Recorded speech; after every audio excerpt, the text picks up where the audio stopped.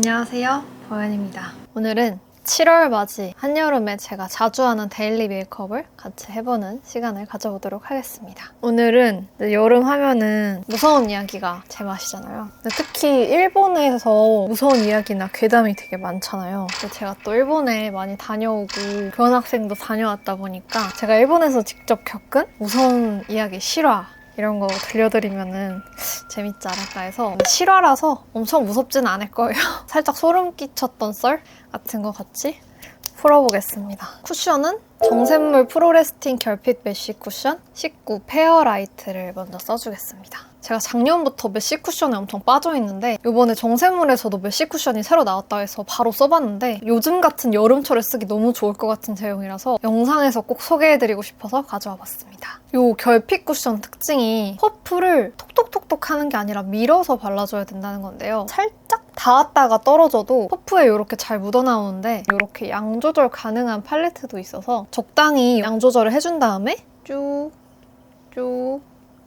이렇게 해주면 되거든요. 이렇게 밀면서 발라주면은 한쪽이 다 완성이 된 거예요. 그래서 화장이 엄청 빨리 끝나더라고요. 특히 이렇게 코나 나비존 같이 모공이나 요철이 많은 곳일수록 소량만 묻혀서 가볍게 피부 결 따라서 밀어주시면은 모공 사이사이가 채워지면서 요철 커버가 되고 마무리감은 세미매트하게 마무리돼서 찍힘이나 묻어남도 거의 없고 여름철에 외출하고 집에 와도 화장이 잘 유지되어 있더라고요. 그리고 제 피부가 되게 다크닝이 잘 일어나는 편인데 여기 다크닝이 진짜 없는 거예요. 근데 알고 보니까 안티 다크닝 임상실험까지 완료한 쿠션이더라고요. 원래도 정샘물 쿠션은 진짜 모르는 사람이 없을 정도로 유명하잖아요. 근데 이번 메쉬 쿠션도 정말 잘 만드셨다고 느껴지는 게 정샘물 쿠션답게 커버력은 좋으면서도 22.7%나 화장막 두께가 얇아졌다고 해요. 그래서 이 쿠션 쓰면은 두께감은 전혀 무겁지 않은데 한 부분이랑 안 한 부분이 너무 차이가 나잖아요. 보통 이렇게 퍼프로 밀어서 바르게 되면은 화장이 밀리는 경우가 너무 많고 특히 밀착력 안 좋아서 밀면 미는 대로 퍼프 자국이 그대로 남잖아요. 근데 이거는 워낙에 텍스처가 얇고 가벼워서 오히려 이렇게 밀어서 바르는 게 밀착력이 훨씬 올라가더라고요. 그리고 컬러도 6가지로 다양하게 세분화되어 있어서 선택의 폭이 넓어졌기 때문에 굉장히 행복한 고민을 할 수가 있습니다. 저는 이렇게 19호를 얼굴에 전체적으로 발라주고 얼굴 중앙 쪽에는 17호나 13호를 레이어링 해주는 편이에요. 신규 색상인 13호 스노우를 많이 궁금해하실 것 같아서 오늘은 스노우로 보여드릴게요. 워낙에 두께가 얇다 보니까 여러 번 레이어링 해도 두껍게 올라가지 않고 자기 본연의 피부처럼 자연스럽게 올라가더라고요. 올리브영에서 기획 세트로 구매하시면 메쉬 쿠션 리필에 피니쉬 파우더 미니 사이즈 그리고 퍼프 2장도 같이 오는데 피니쉬 파우더가 미니 사이즈가 아니에요. 엄청 많이 들어있거든요. 그래서 이 피니쉬 파우더로 마무리 처리를 해주면 여름철에도 끄떡없는 베이스가 완성됩니다. 이 목에는 AOU 톤업 크림을 발라주겠습니다. 일단 첫 번째 썰은 좀 짧은데 교환학생 간 지 얼마 안 돼서 있었던 일이거든요. 눈썹은 요즘에 이걸로 그려주고 있고요. 교환학생 갔을 때가 제가 혼자서 일본을 간 게 처음이었어요. 일본은 그래도 가까우니까 교환학생 할 때 친구들이 많이 놀러 오기도 했거든요. 그래서 자고 가고 그랬는데 한 번은 친구가 놀러 와서 같이 자고 있는데 제가 일본에서 살았던 기숙사가 바닥이 완전 차가운 옛날 초등학교 교실 마룻바닥처럼 되게 차가운 나무 바닥이어서 도저히 둘 중에 한 명이 바닥에서 잘 수는 없었고 좁은 일본 침대에서 같이 자고 있는데 제가 웬만해서는 깊게 자면 잘 안 깨거든요. 근데 친구가 저희 집 침대를 제가 자고 있는데 옮기는 거예요. 그래서 침대를 왜 옮기지? 근데 한밤중이어서 너무 피곤해서 그냥 다시 잤어요. 이제 다음날에 돼서 친구한테 물어봤죠. 그랬더니 친구가 자기는 안 그랬대요. 오히려 너가 자면서 침대를 흔든 거 아니냐. 그래서 뭐지? 누가 침대를 흔든 거지? 친구랑 같이 뭐지? 하다가 나 일단 학교 가야 되니까 수업들을 갔다 올게 하고 학교를 갔는데 선생님이 어젯밤에 태풍이 너무 심해서 지진도 같이 왔다. 다들 괜찮냐? 하고서 안부를 체크해 주시더라고요. 사실 저희가 일본 여행하면서 지진을 겪을 일이 거의 없잖아요. 도쿄, 오사카, 후쿠오카 이렇게 사람이 많이 모여서 사는 곳은 당연히 그쪽도 지진이 나긴 하지만 위험성이 훨씬 적고 제가 간 곳은 완전 해안가 쪽이기 내리기도 했고 그때 태풍이 엄청 심하게 와서 간사의 그 오사카 공항이 다 침수돼서 여행을 취소해야 될 정도였기 때문에 교환학생 하면서 겪어봤던 가장 큰 지진이었어요. 저희가 여행 가면은 막 걸어다니고 돌아다니고 하니까 약한 막 2도 이 정도 지진은 못 느끼거든요. 근데 교실에 앉아서 1시간, 2시간 동안 집중해서 수업을 듣고 있으면은 미세한 진동이 되게 잘 느껴져요. 이것이 첫 번째였고, 두 번째는 따끈따끈한 올해 4월 달에 이제 여행 가서 겪은 일이었는데, 이건 그때 겪었을 때도 소름이 엄청 끼쳤던 일입니다. 저는 거의 위에 것만 쓰는 것 같아요. 붉은기, 노란기 쫙 뺀 그런 느낌의 큰 버전이라 쉐딩을 해주겠습니다. 오키나와를 갔을 때였는데 4박 5일 있었거든요. 2박, 2박 이렇게 따로 묵었어요. 2박은 되게 중심지, 굉장히 번화한 국제거리에서 묵었고 나머지 2박은 좀 지방에 수족관 있고 번화하지 않은 자연경관 위주의 숙소로 잡았거든요. 이제 처음 2박은 그래서 호텔에서 묵고 3일째 되는 날 저녁에 새로운 숙소로 이동을 했어요. 그래서 거기는 에어비앤비에서 찾아보고 나름 시설이나 형도 괜찮았고 위치도 수족관이랑 가깝고 엄청 많은 숙소랑 비교해보고서 딱 결정한 거였거든요. 근데 가는 길부터 너무 아무것도 없고 숲이 되게 많았어요. 그래서 이제 오키나와에서는 렌트카가 필수니까 운전을 해서 숙소에 딱 도착을 했는데 복도식 아파트 느낌이 나는 건물이었어요. 그리고 주차장이 꽤 넓었는데 저희가 저녁에 갔다 그랬잖아요. 저녁에 가면 일단 체크인 시간은 훨씬 지난 시간이었으니까 다른 숙박객들도 있을 거라고 예상을 하고 왔는데 차가 거의 없는 거예요. 저희 말고는. 섀도우는 이걸로 해주겠습니다. 다른 손님들은 걸어서 왔겠지라고 생각을 할 수가 없었던 게 제가 근처에 숲이 많았다고 했잖아요. 그래서 걸어서 대중교통으로 절대 못 오는 위치였어요. 우리가 비수기 때 온 건가 보다 하고서 이제 주차를 하고 숙소에 들어갔어요. 1층은 프런트로 쓰는데 뭐 에어비앤비가 사실 대체적으로 그렇긴 하지만 무인 프런트인 거예요. 로비에서 체크인을 하고 방으로 들어갔어요. 근데 저희가 이제 간식이나 음료 같은 거를 사서 들어가서 냉장고 문을 딱 열었는데 5번이랑 6번을 섞어서 발라주겠습니다. 방이 되게 넓었어요. 침대도 2개 있고 6인용 정도 되는 큰 식탁도 있었고 창도 통창에다가 한 단 올라가서 마룻바닥도 있었는데 거기엔 또 좌식 테이블 큰 것도 있었고 안쪽에 주방도 되게 잘 돼 있었어요. 냉장고 문을 딱 열었는데 먹다 남은 음식들이 가득한 거예요. 이거를 어떻게 해야 되지? 음료수 하나가 있었다던가 청소하시는 분이 이걸 발견을 못했을 수도 있겠다 하고 이해할 수 있는 정도가 아니라 그냥 쓰레기가 남아있는 거예요. 냄새도 막 나고 방을 바꿔야 되나? 지금이라도 치워주시려나? 하고 프런트에 일단 내려가서 주차장에서 어떤 분이 담배 피고 있는 걸 봤는데 뭔가 인상착의가 관리인이라는 인상이 좀 있었어가지고 마침 프런트에 그 땡 하는 벨도 있길래 그거를 울려봤는데도 아무도 안 나오는 거예요. 6번이랑 9번 발라주겠습니다.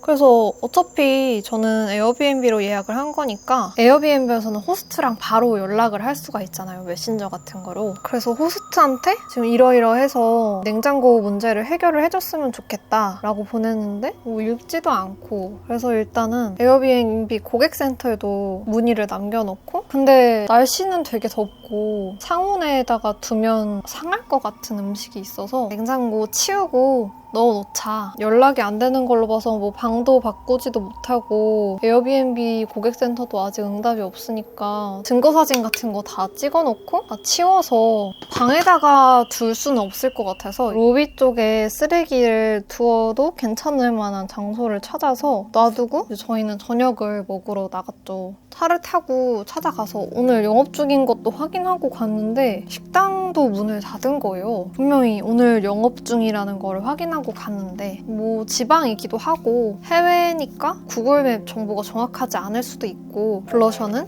크리니크의 발레리나 팝 베이스로 해주겠습니다. 15분, 20분 운전해서 다른 식당을 갔는데 다 닫은 거예요. 일본 공휴일인가? 하고 찾아봤는데 공휴일은 아니더라고요. 이런 엄청 도톰한 애기 궁뎅이 퍼프로 투크 세틴 도화밤 실루엣을 레이어링 해줄게요. 이게 이런 느낌의 핑크핑크한 컬러인데 여쿨 느낌인데 흰기가 너무 강하거나 보랏기가 너무 강하지 않고 예쁜 핑크핑크 컬러라서 이런 애기 궁뎅이 퍼프로 발라줘야지 잘 발리는 것 같아요. 주더라고요. 밤 타입은. 그래서 밖에서 먹는 거는 포기하고 편의점을 털어와서 아직도 숙소 호스트한테 답장은 없고 아무것도 해결되지 않은 채로 밤이 되었어요. 너무 여행 때 피곤하니까 잠은 그냥 눕자마자 잠들었거든요. 그날 밤은 그렇게 자고 아침에 정신은 깼는데 그냥 누워있을 때 있잖아요. 그래서 아침에 그러고 누워있는데 위층에서 쿵쿵쿵쿵쿵쿵쿵쿵쿵쿵 하고 발소리가 나는 거예요. 이게 달리는 소린가? 쿵쿵 하고 점프를 뛰는 소린가? 사람 발소리 같긴 했거든요. 근데 어제 주차장에는 우리밖에 없었고 마주친 손님도 없었는데 계속 쿵쿵쿵 소리가 나서 간밤에 누가 체크인을 했나 보다 라고 생각하고 나갈 준비 다 하고 남자친구한테 간밤에 잘 잤냐 이런 대화를 하다가 이제 제가 아침에 위층에서 엄청 뛰어다녀서 그 소리 듣고 깼다 라고 얘기를 했더니 남자친구가 우리 꼭대기층이잖아. 이러는 거예요.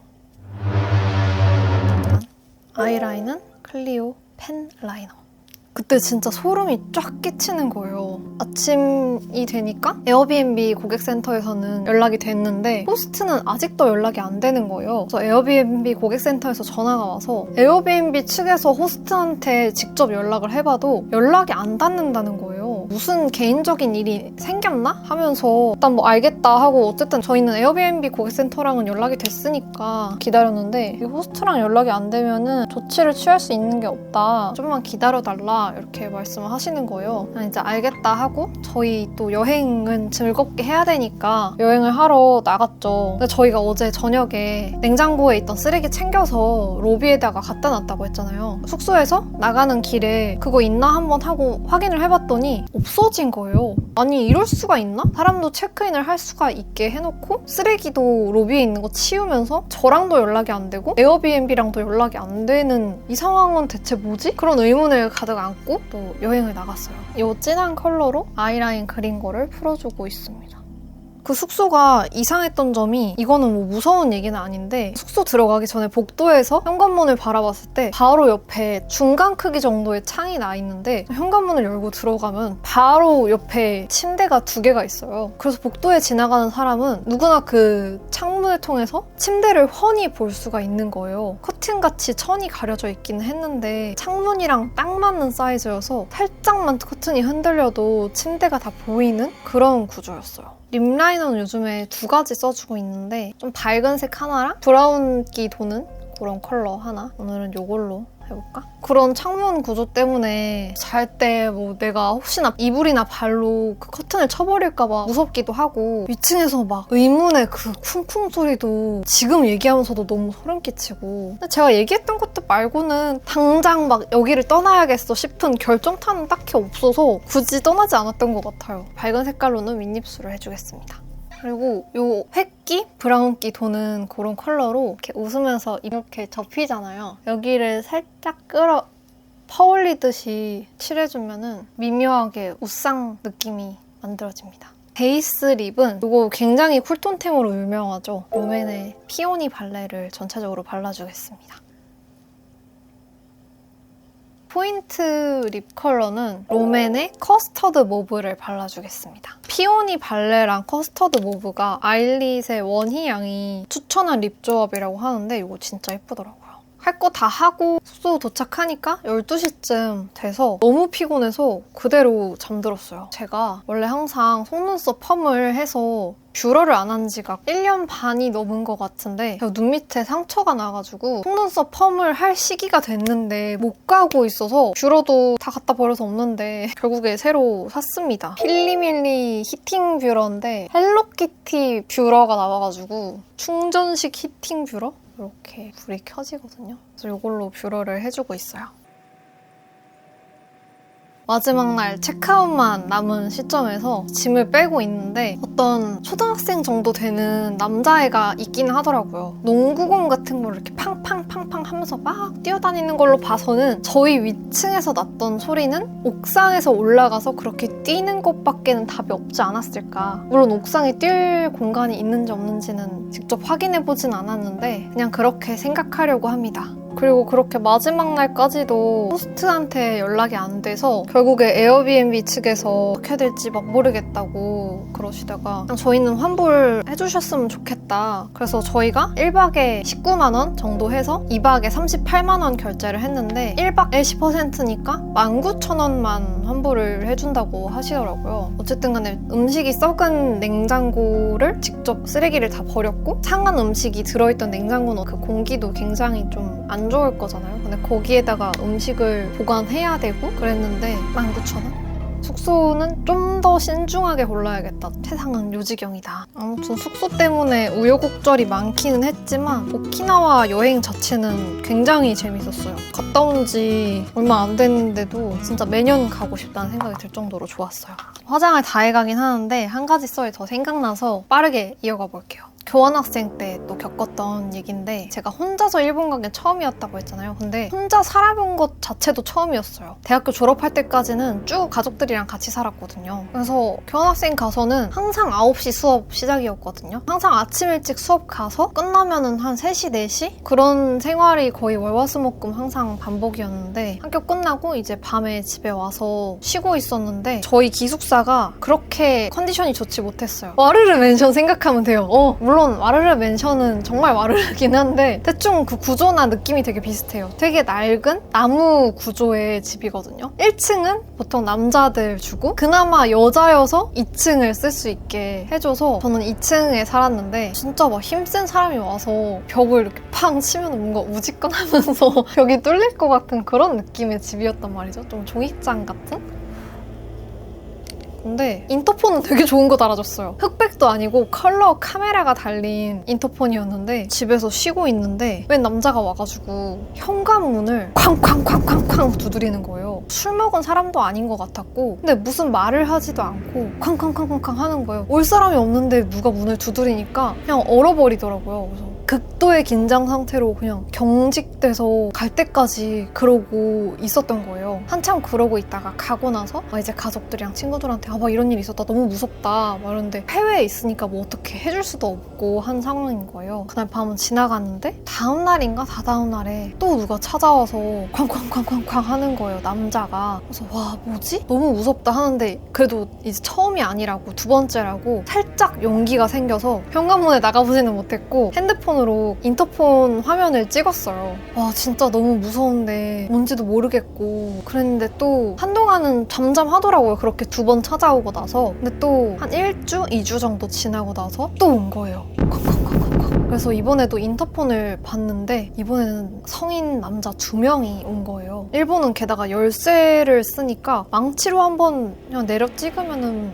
열고 들어올 수 있지 않나. 게다가 저희 집은 와르르 맨션이었으니까 이제 그 찍었던 사진을 인스타에 스토리에 올려서 자꾸 모르는 남자가 찾아온다. 찾아와서 문을 두드리는데 또 이상했던 점이 항상 같은 남자가 오는 게 아니었어요. 얼굴은 자세히 안 보이는데 키가 크거나 키가 작은 사람이 오거나 건장하거나 마른 사람이 오거나 다 다른 사람들이 오는 것 같더라고요. 어떤 회사나 구청에서 오는 거냐 아니면 뭐라도 아는 게 있는 분은 알려주세요 이러고 스토리에 올렸는데 일본인 친구들이 보고 놀라서 연락을 해주더라고요. 이게 뭐였냐면 NHK라는 일본의 공영방송사가 있는데 그 방송사 관련된 사람이었더라고요. 일본에서는 집에 TV가 있는 사람은 그 NHK에 수신료를 내야 된다고 하더라고요. 그래서 NHK 그 위탁 직원들이 집집마다 돌아다니면서 TV가 있는지 확인하고 TV가 있으면은 수신료를 내라 하고 계약서를 받으러 오는 거예요. 그래서 집에 TV가 있거나 노트북이 있거나 뭐 스마트폰으로 TV를 볼 수 있거나 그런 환경이면은 그냥 무조건 수신료를 내야 된다고 하더라고요. 저는 실제로 교환학생 가는데 뭔 TV가 있겠습니까? 물론 노트북이나 스마트폰이 있긴 했는데 그걸로 NHK를 보지도 않고 그럼에도 불구하고 수신료를 어떻게 해서든지 설득을 해서 받아간다고 하더라고요.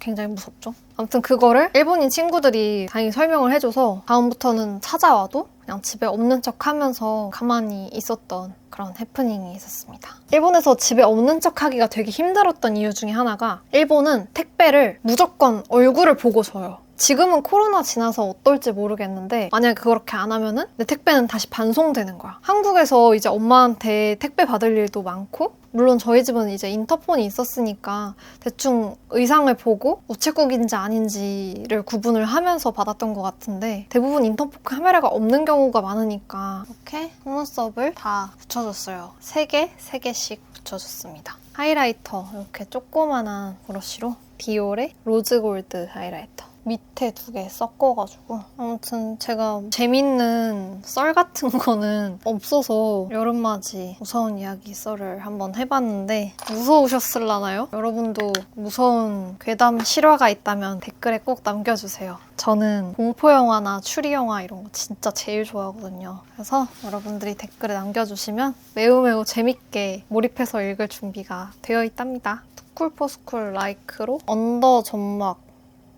채우기. 브라운 펜슬 아이라이너로 눈동자 인쪽 점막도 조금 채워줍니다. 에뛰드 컬픽스 마스카라 브라운으로 마스카라를 해주겠습니다. 그리고 그 냉장고에 쓰레기가 있었던 에어비앤비 숙소는 호스트랑 연락이 안 닿았다고 했잖아요. 근데 놀랍게도 2달? 3달 가까이 되어가는 지금까지도 사과는 물론이고 어떠한 연락도 오지 않았습니다. 그러면은 머리도 마저 하고 와보겠습니다. 이렇게 머리를 좀 하고 왔는데 요즘에 머리 하고 나서 헤어라인 쪽 채워주면은 예뻐 보인다는 말에 팔랑팔랑해서 헤어라인 전용 브러쉬가 있어서 제가 또 그림에 소질이 없는 똥손이어서 잘하고 있는 건지는 모르겠어요. 어쨌든 남들은 제 헤어라인을 그렇게 유심히 보지 않을 테니까 대충 해주고 블렌딩하고 그렇게 하고 있어요. 좀 확실히 좀 괜찮은 것 같기도 하고 그리고 반지랑 목걸이는 해줬는데 제가 귀 뚫으면 염증이 나서 귀걸이를 못해서 귀 지압 패치? 이거를 귀에다 붙이면은 뭔가 얼굴 붓기가 빠지는 느낌이라서 귀걸이 하고 싶은 날에 붙여주고 있어요. 오늘도 저의 여름 한여름 메이크업과 함께 무서운 이야기 썰을 들어주셔서 감사하고요. 혹시라도 보고 싶은 영상이 있으시면 댓글에 남겨주시면 감사하겠습니다. 빈말이 아니라 진짜예요. 여러분들이 어떤 영상을 보고 싶어 하시는지 잘 모르기 때문에 보고 싶은 영상 주제나 아니면 영상 속에서 듣고 싶은 얘기나 언니가 이런 거 하는 거 보고 싶어요. 이거는 예전에 봤었는데 너무 좋아서 또 해줬으면 좋겠어요. 이런 것도 언제든지 환영이니까 댓글에 많이 남겨주세요. 오늘도 영상 시청해주셔서 감사하고요. 저희는 다음 영상에서 또 만나요. 안녕.